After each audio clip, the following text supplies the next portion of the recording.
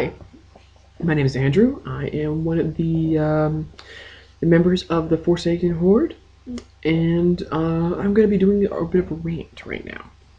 What I was planning on doing was painting and doing a rant at the same time, but for now I'm just thinking of just do a rant. So what I'm planning on doing is I'm going to be talking about rules or specific things in the Warhammer 40k. Sorry, this 40k universe that I am questioning a bit because I don't understand, because sometimes it just doesn't make any sense. And I know they've went through the 6th edition right now, and they've upped a few things. It's just a few things for codexes haven't really changed. So I play Tau is my first army. It's a fun army to play. My problem is they don't excel at great at close combat. Now, what they do excel at is long range. If they could hit something, they tend to have some of the worst accuracy. They pretty much fire like a stormtrooper on a good day. They can't hit squat sometimes, but that can be fixed with marker lights. I love marker lights.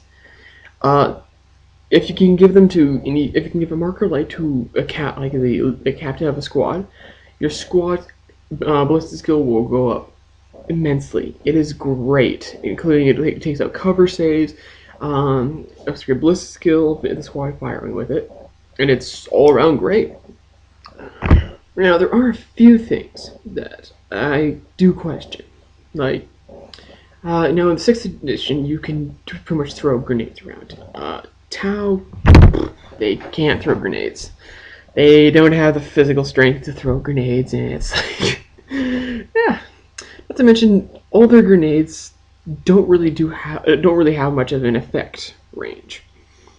The first grenade, I do recommend having this for Tau if you're playing Tau, for your Pathfinders, and if you have any Pathfinders and your Fire Warriors. And that would be the photon grenades. Very inexpensive, just 1 point per model. And what a photon grenade does is it negates any of the charging additional attacks. So, say you're being charged by a unit that only gets 1 attack per model, and they get 2 because of the charging. Well, now they have to go back to 1. Now I like this because, well, you get a fighting chance. But what I do not like is, well, I'm going to take a codex right here. There you go. Photon grenades, a defensive grenade that blinds and disorients attackers with multi-spectacle lights and a sonic burst. Now, the description pretty much says that these photon grenades are flashbangs, and I don't know about you, but if you get hit by a flashbanger, if you were put in front of a flashbang grenade, it does disorient you, and it does tend to make you stumble. I would like to see it. I want to keep it with the change. I don't want them to change the takes out the charge attack. But what I do want to see them add in for that is it drops the charging unit's initiative down to 1. Because I don't think you're going to be striking first if you're disoriented. It doesn't make much sense. Well, in my opinion, it doesn't. And if they did do that, I would be fielding more Fire Warriors. Because I'd be like, hey, whatever, I can now have a chance with close combat. Even though their weapon skill, I believe, is 2. So, not going to be doing much. Yeah, but still. Initiative, having them have a higher initiative than their attackers, still a good up. The other grenade they have is the EMP grenade. Now this is a anti-vehicle grenade. It serves no purpose against infantry or anything like that.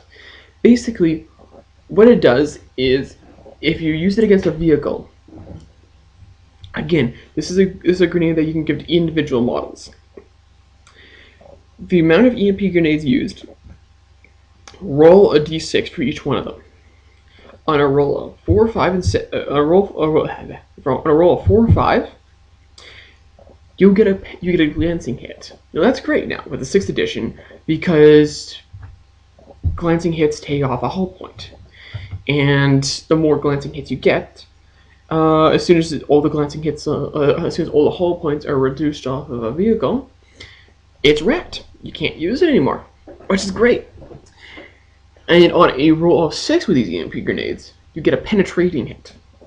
Now, if you have 12 fire warriors with EMP grenades going at a vehicle with these EMP grenades, you have a pretty good chance of rolling a 6. And you also have an even better chance of rolling a 4 or 5. So there you go. You can take out vehicles with that. Now the problem with this is you're using Tau. You want to keep as far away as possible from your opponents because you don't want to get in close combat because you suck at close combat. And to me, the only time I see using these EMP grenades is when you get tank shocked. And I've played a lot of games and with my Tau, and I've barely been tank shocked. Sometimes I think people forget that you even can tank shock. And besides that, these don't seem that practical for use. I tend to use the more photon grenades because they are more the defensive grenades. And the EMP grenades are sitting at 3 points per model used. So, yeah, if you have 6 models and you give them all EMP grenades, you're adding an additional, wait for it, 18 points onto your team. That's like adding another model onto. It's like adding another model and a half onto your fire warriors. So it's like I could just grab another fire warrior and have more firepower. Make sure my opponents don't get near me or whatnot. But if you do want to have a great grenade for taking out vehicles, use an EMP grenade. I don't use it that much because people don't tank shock anymore. And good luck in using them against flyers because, well, flyers are up in the air. Tau can't throw to save their lives. But yeah, and yeah. I also want to see an increase in new vehicles for Tau. I do like the Devilfish. I do like the Piranha. I do love the Sky Ray, if you know how to use it. And I do love the Hammerhead. 4 vehicles. With those 4 vehicles, you can replace them with battle suits. I mean, you have broadsides instead of hammerheads. Sure, it takes out the submission shot, but hey, you got more firepower, more tank killing. Not to mention you can have up to 3 squads of 3 broadsides. Now, I don't know about you, but that sounds like a pretty reasonable deal besides having a, well, basic hammerhead. Now, they are a bit pricey. Let's see here. Broadsides. That's not it. Here we go. Broadside. They're 70 points each. And that's the base cost. And it comes with smart missile systems and 2 twin-link railguns. So if you miss your first shot, you have a second shot. That's 70 points each. A hammerhead without a turret is 90 points. With the turret, well, say if you want the railgun, because if you want to compare with the broadsides, railgun adds 50 more points. So that's 140 points. For 2 broadsides, you can have 1 hammerhead. I think it's a fair trade. You basically get everything you have for a hammerhead in a battlesuit. Battlesuit can take 2 wounds. It has an armor save of 2. It is pretty good. It also has acute senses, and it can have a team leader. So I say, get broadsides. Forget the hammerhead. Now, if you want some pretty good anti-vehicle weapons, I say go for the Sky Ray if you want for a heavy weapon tank. The Seeker missiles have unlimited range. You have 6 of them on 1 vehicle, which is great compared to the maximum of, I believe it's 1 or 2 per vehicle. So 6 right off the back, and you can have additional Seeker missiles in the other vehicles, so like Devilfish, Piranha, and whatnot.